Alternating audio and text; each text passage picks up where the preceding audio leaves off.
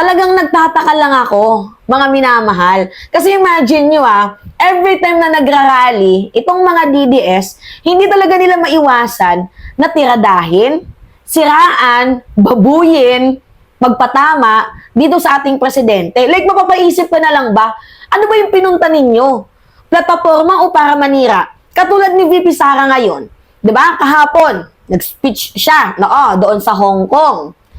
Ang punto kasi dito, mga minamahal, pwede ka namang mag-promote ng kandidato mo in a good way.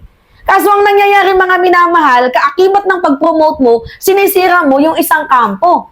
Parang ang pangit nun pakinggan.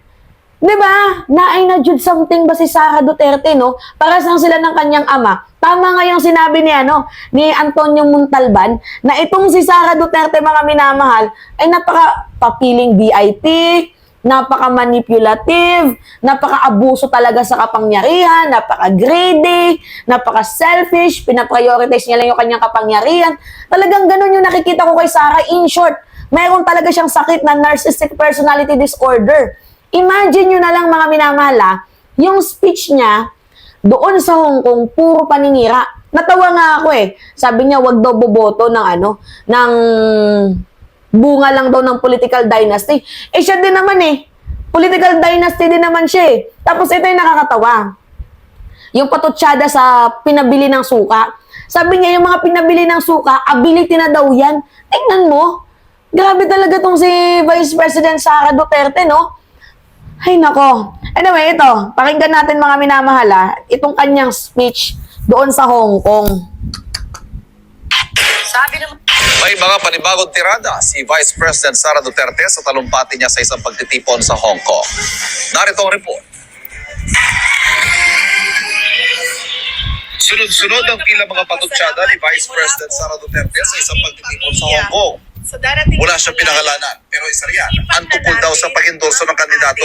Ipoboto. Akala ko kasi gusto niya ng mas magandang bayan kasi ang plataforma namin nung tumakbo kami, unity at continuity.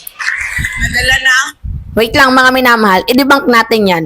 Yan na nga plataforma naman ninyo is unity and continuity. Kaso paano naman i-continue ni PBBM yung mga masasamang ginagawa ng ama mo? For example, patayan sa droga. Paano yun ipagpapatuloy ng ating presidente? Pangalawa, yung corruption, paano ipagpapatuloy ng ating gobyerno ang pangangamkam sa kaban ng bayan habang tayo ay nagbabayad ng ating mga buwis tapos ang ginagawa ninyo ay nilulustay lang sa walang kwenta. So, di ba, nakikita ninyo, mga minamahal, paano ba i-continue ni PBBM ang pangit ninyong ginagawa? Unity. Okay, plataforma ninyo yan, unity. Sino ba yung sumira ng unity? Di ba ikaw? Dahil gusto mong ma-appoint si GMA bilang House Speaker, kaya ang ginawa mo, naglibot kayo. Ikaw yung sumira sa unity team. Di ba kasi ikaw yung naghahangad ng posisyon?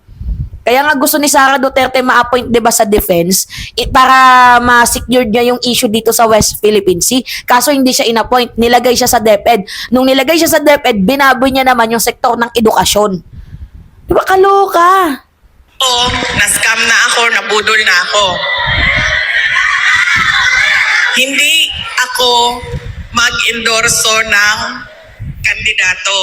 Kasi baka pagkatapos ng eleksyon, sasabihin nyo na naman, na-scam ba yung Inday Sara? Hindi dahil Nagpayo rin ng PC, kaugnay sa pagboto sa darating na eleksyon. ninyo. Kilatisin daw ang karakter ng tao at piliin yung marunong tumupad sa pangako. Kilatisin daw yung tao. Si Kibuloy, kinilatis mo ba? Mga minamahal, no, nakakatawa. Na-Jude something ba? Sa brain cells, itong si Inday Sara Duterte. Kilatisin daw po, mga minamahal, ang mga kandidato. Si Kibuloy, kinilatis mo? Si Ipe, kinilatis mo? Ha? Si Bato, kinilatis mo? Si Jimmy Bundok, kinilatis mo? Si Vic Rodriguez, kinilatis mo? Yung grupo ng PDP, kinilatis ba ninyo? Ito na lang, si Kibuloy na lang. Kinilatis mo ba si Kibuloy? Araw pa ngayon ng kababaihan, pinagtatanggol mo pa din? Si Kibuloy, akala ko ba rape victim ka? Di ba, napaka-manipulative ni Sara, no? Feeling victim talaga. Oo. huwag rin daw bumoto batay sa apelyido. Ako ay produkto din ng political dynasty. Galing ako sa pamilya ng mga politiko. Hindi dahil Duterte ang apelyido ay iboboto na ninyo. Kailangan pag-isipan din natin. Kaya dapat Nagbabala rin ng bisya sa anyay paraan ngayon ng ilang politiko para mamili ng boto. mga anak. Huwag natin ibenta ang boto natin. Legitimate na ang vote buying. Nakatago siya sa Legitimate na daw yung vote buying, nakatago daw sa ayuda. Di ba kayo din, namimigay din kayo ng ayuda? Namimigay pa nga si Digong ng pera eh. Oo. Sabi ninyo, ayaw nyo ng vote buying, eh ba't namimigay kayo ng pera? Oh. Di ba? O bakit si Bato namimigay din ng ayuda, si Bongo ayuda? O kala ko ba bawal yung yung vote buying? Eh bakit ganun din yung ginagawa ninyo? Kung sinasabi nilang nakatago sa ayuda yung vote buying, bakit nagvo-vote buying din kayo? Ba't namimigay din kayo ng ayuda? Ay, na-jud something ba sa brain cells ni VP Sara, no? Mayroon talagang narcissistic personality disorder, napaka-manipulative na tao ni Sara Duterte. Yan na ma'am, nandito na tayo sa topic na gusto mo ma'am, ayuda. Malaman din ang paghalin tulad ni VP Sara sa pagtingin sa abilidad ng isang kandidato at sa tao na napiling utusan para bumili ng suka. Tingnan natin ang mga karakter, accomplishment, abilidad, kapasidad ng mga kandidato nating senador. Kapag inutusan yan bumili ng suka, automatic na yan, may abilidad na yan. Hindi malinaw kung may kaunahan yan sa patod sa Diba? Nagigets ninyo yung punto, mga minamahal. So, okay lang pala sa'yo na kahit isang rapist, kahit isang human trafficker, kahit isa lamang artista, wala pang accomplishment, okay lang sa'yo. As long as kaya naman nilang magsalita, may utak naman sila kahit papaano, pero bobo nga lang, okay na yon, yun na yung papatakbuhin mo. Kahit walang alam, may utak lang pero walang alam, okay na yon. Ay, nako, mga minamahal. Yan yung yung simptomas ni Sara Duterte. Oo, meron talaga siyang sakit sa pag-iisip. 'Di ba? Oh, makikita ninyo, napaka na kanyang ugali, mga minamahal. Napaka-manipulative. 'Di ba? Tapos yung kanyang ginagawa is yung self-interest lang. Oo. Pansinin ninyo, yung kanyang behavior, napaka-ruthless. O, ano pa yung behavior ni Sara Duterte? 'Di ba? Ano pa yung wala siyang fear. 'Di ba? Wala siyang kinakatakutan. O, sabi ko nga sa inyo na-jud something ba sa brains ni Sara Duterte. 'Di ba? Tapos tingnan niyo kung makapag-threat sa ating presidente. O, 'di ba? Hindi ba senyalis 'yun ng merong sakit sa pag-iisip?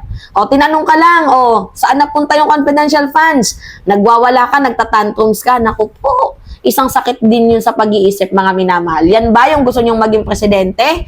Kasi balak pa ni Sara Duterte, mga minamahal, magkaroon ng posisyon. O, tingnan ninyo Hindi malinaw kung may kaunahan yan sa patutsada ni Pangulong Marcos sa isang proclamation rally sa Ilocos Norte. Nagtataka nga ako, parang yung mga iba na naging kandidato nag-deliver lang yata ng suka, nabigyan na ng certificate of candidacy. Tila may pahaging din si Duterte kaugnay sa eleksyon 2028. Personal pa rin ang pagpapasalamat ko sa inyong lahat, sa tulong ninyo, sa kampanya ninyo, sa suporta ninyo para sa akin at sa boto ninyo noong nakaraang halalan at sa susunod na halalan sa 2022. Madali. At para din sa susunod na halalan sa 2028, nagpapasalamat na ako ng advance sa boto ninyo. So, tatakbo nga. Gusto nyo maging presidente? Itong baliw na to, mga minamahal? Ha? Yung ganyang leadership? Ha? Mga minamahal? Yung corrupt na mindset? Yan yung gusto nyo? Ay nako, sinasabi ko sa inyo, mga minamahal, inabuso na nga yung DepEd. 'Di ba? Inabuso din yung pera ng taong bayan. Hindi pa ba kayo nagigising dyan? 'Di ba? Tapos, imbes na mag-promote ka ng mga platform ninyo, naninira ka. Yan ba yung gusto ninyo? Puro paninira? Paano naman yung plataforma? Tingnan nyo yung Lenny Kiko. Hindi naman sa pagbubuhat ng kanilang bangko, ha. Pag nandoon sila sa rally, puro promotion ng plataforma ang ginagawa nila. Ito naman mga DDS na to, pag nandyan sa rally, puro ngawa na ngawa. Pansinin ninyo, puro intriga, puro paninira, puro pambabanat. Anong mapapala natin dyan? Di ba? Wala. So, wala silang plataforma, paninira lang. Kasi doon nag-excel yung name nila kapag naninira sila. Deserve ba natin yon? Hindi. Di ba? Ay, nako. Alright, mga minamahal, yun po. Kayo, ano yung masasabi ninyo?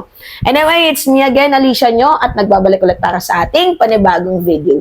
Maraming salamat, mga minamahal.